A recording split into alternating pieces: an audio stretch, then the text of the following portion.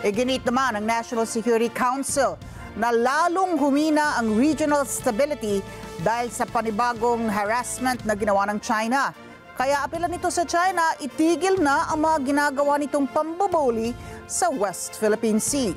Si Madeline Villar-Moratillo sa balitang yan. Nanawagan ng National Security Council sa China na itigil na ang ginagawa nitong provokasyon sa West Philippine Sea.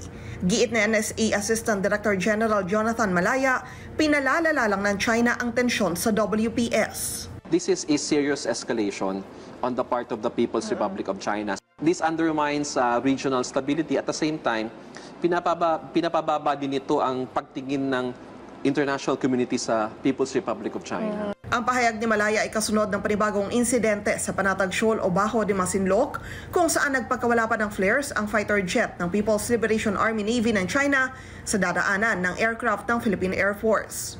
Ayon sa Armed Forces of the Philippines, nangyari ito noong nakaraang Huwebes. We were just conducting a routine mission. Nagkaroon ng interception, nagkaroon ng harassment at nagpalabas pa ng flare laban sa ating eroplano. Kung dati anya ay sa karagatan lang nagkakaroon ng tensyon at pangharas ang China, ngayon umabot na rin ito hanggang sa himpapawid. Giit ni Malaya, ang ginamit na sasakyang panghimpapawid ng Air Force ay isang transport plane kumpara sa fighter jet ng China Navy. Layon lang anya ng routine aerial patrol na makita ang sitwasyon sa Bajo de Masinloc, lalo at may mga mangingisdang Pinoy ang nagtutungo sa lugar. Ikinalulungkot ng Pilipinas ito dahil katatapos lang nung matagumpay nating pakipag-usap sa China doon sa resupply mission natin sa Ayungin. And umaasa tayo na bababa ng mga insidenteng kanito. Pero aminado si Malaya na ang napag-usapan para sa resupply mission sa Ayungin Shoal ay hindi naman aplikable sa iba pang parte ng West Philippine Sea, kabilang ang Bajo de Masinloc. Madeline Villar-Moratillo para sa Mata ng Agila. Matatag, matapang, matapat.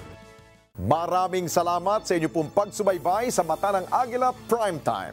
Para malaman ang matatag, matapang at matapat na mga balita, i-follow lamang at mag-subscribe sa @Net25 TV.